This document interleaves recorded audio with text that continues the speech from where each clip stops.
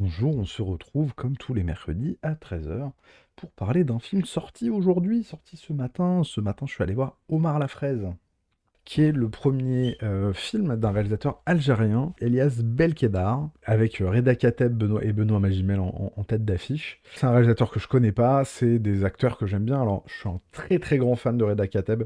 Benoît Magimel est un très bon acteur. Je suis pas toujours aussi fan de ses choix de carrière et des films dans lequel il va, mais c'est évidemment un très bon acteur.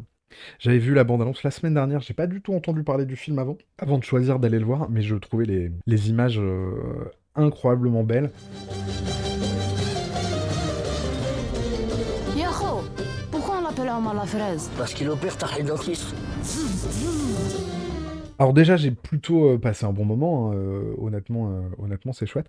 Mais c'est un film hybride de plein de façons différentes. C'est-à-dire que et c'est pas tout à fait un film de gangster, et c'est pas tout à fait une comédie, et c'est pas tout à fait un film sur l'amitié, et puis c'est pas tout à fait une histoire d'amour. C'est un peu un entremêlement de tout ça, sans jamais aller à fond dans chaque truc. Et du coup, il y a comme ça quelque chose d'un peu pas fini, d'un peu pas accompli dans le film. Et en même temps, globalement, ça se passe très bien.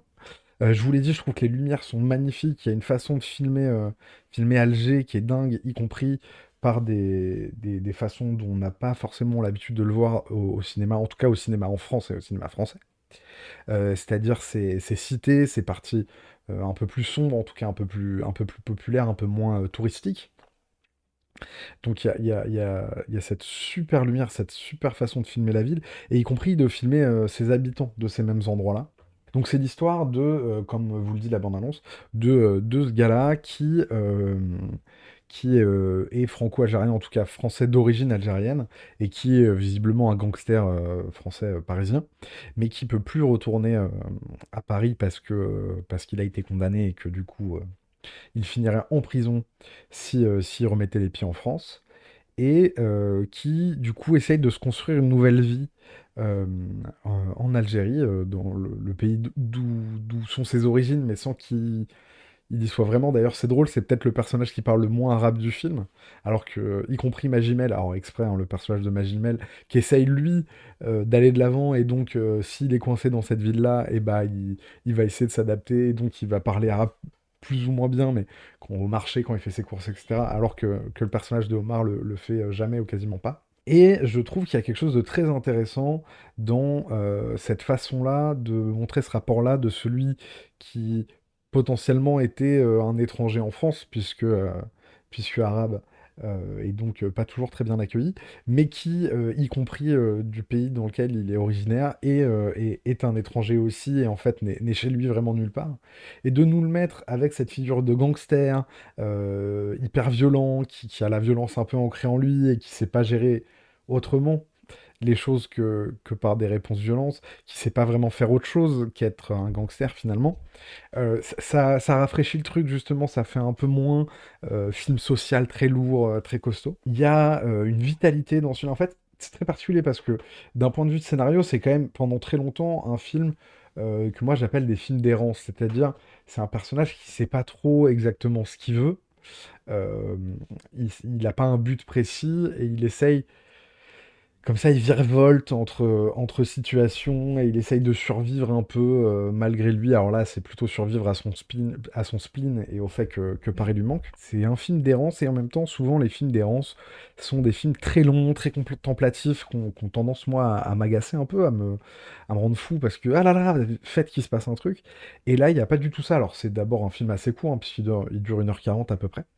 Et puis, il y a dans cette errance-là, des apparitions de comédie très récurrentes, notamment portées par Benoît Magimel, mais pas que, qui sont très rafraîchissantes, qui sont très drôles la plupart du temps. Moi, je trouve qu'il y a quelque chose de très marrant. Le fait d'être rattrapé un petit peu comme ça par la vie de gangster, moi, ça me fait penser à un film de Samuel Benchetrit qui s'appelait J'ai toujours rêvé d'être un gangster, alors qui est très différent et qui se ressemble pas du tout, mais thématiquement sur le fait qu'on peut pas tellement échapper à cette vie de gangster, à cette violence intrinsèque qui est en nous, parce qu'on sait rien faire d'autre. Donc voilà, il y a cette destinée-là de Deux, on peut pas échapper à la violence. Il y a quelque chose, en tout cas dans les critiques ont beaucoup relevé quelque chose d'un peu tarantinesque dans des dialogues très ciselés, dans cette violence qui sort un peu de nulle part, etc.